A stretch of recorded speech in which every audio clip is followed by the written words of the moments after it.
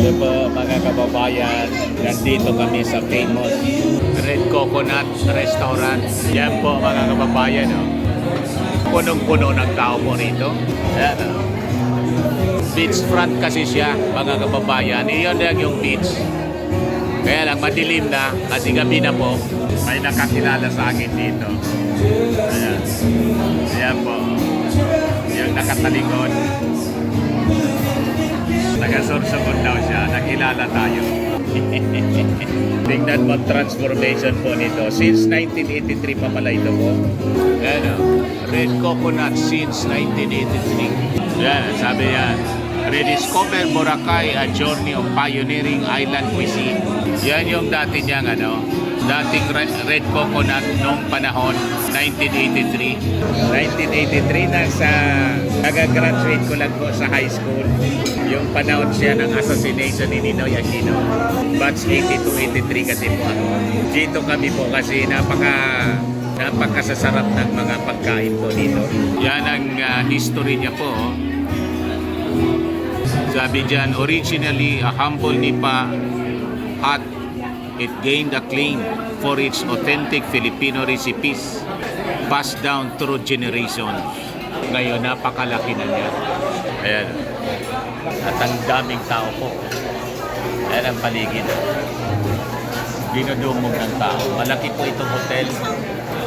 Hotel and restaurant po. Beachfront mismo dito sa Boracay. Malapit lang ito mga kababayan doon sa hotel. Kung saan kami naka-check-in. Doon sa Feliz Hotel. Pero napakaganda din po doon. Napakabago ng hotel. Kung saan kami naka-check-in. Tingnan ninyo yung mga pagkain dito po. Yan o.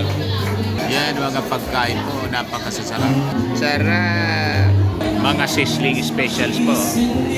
Yan, mga appetizers naman. Ito mga grilled solo selection. Di ba? Pork, chicken, seafoods. Napakasasarap po. Di ba? Bodol Fiesta. May Bodol Fiesta sila.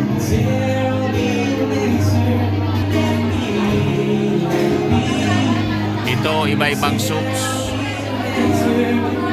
International cuisine.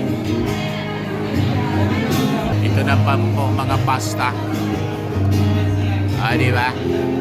Ang sasarap dito po pagkain. Pizza. Magsawa ka rito. Basta't may pera po dito. Sold na sold. Yan o. Sandwiches. Ito yung premium selection. Ano? Ito yung signature cocktails nila.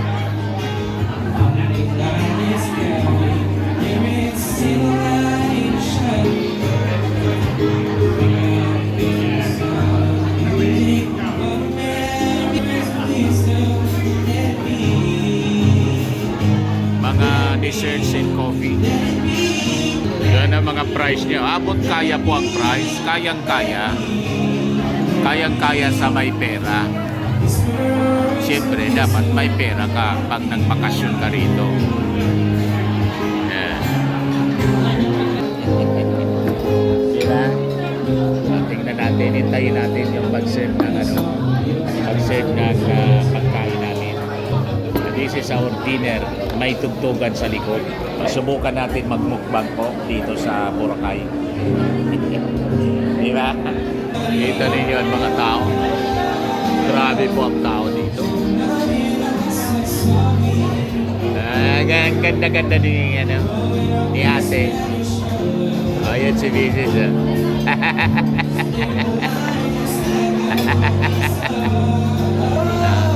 Ito yung series of travels namin po. Local muna. Lilimutin muna namin yung buong Pilipinas before kami na pupunta kung sakali. Diba? Para makatulong sa economy ng Pilipinas po.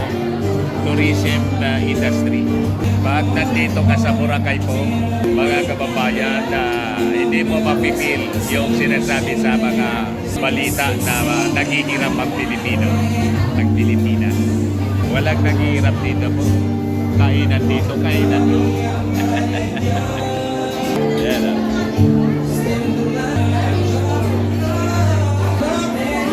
Ayaw. May mango juice na po. Paborito ni Mrs. Tapos siyempre dapat may mainit na tubig para sa kutsara. Yan po palagi ang kalakaran namin. Dapat pinakuluan para siguradong malinis po. Malinis yung mga kutsara. Naka-sterilize. Ayan. Dalawang tasang mainit na tubig. Kala ko magkakabisi-bisi. Importante ganon. Lagi naka-sterilize. Kahit sa bahay ko, lagi naka-sterilize. Yung mga plato namin, kutsara. Mahirap na yun. Happy birthday, ate! Happy birthday to you daw, ate. Happy birthday, ate. Happy birthday, ate. Happy birthday, happy birthday, happy birthday, ate. Imagine, sa Boracay nag-celebrate ng birthday si ate. Kinantahan dito sa paligid. May birthday din doon, mga kababayan. Sana dumating na po. Sarap! Inihaw. Eno chicken. Sarap. Di ba ba? Ito na siya, oh. Napakasarap. Lapu-lapo po siya. Green lapu-lapo. May sausaw. Ito pa, oh, sisling. Sisling sisig.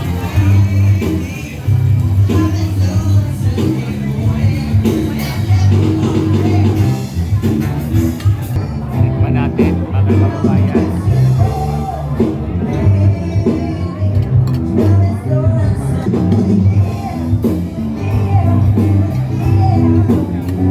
Sarap.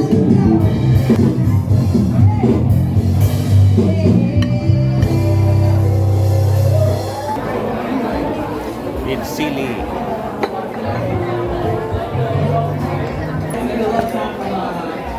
Diba? Sisig.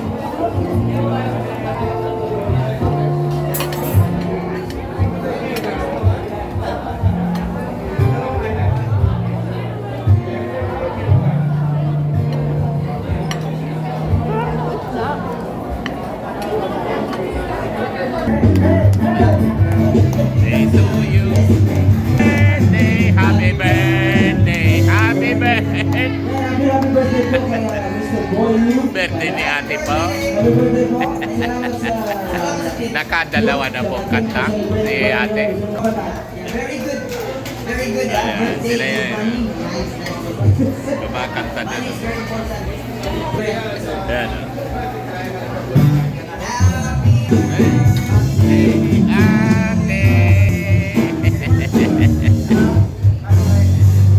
Ah, di ba? Boracay celebration si ate. Yan, napakasarap na handaan, no? O, di ba? Napakasarap na pagkain.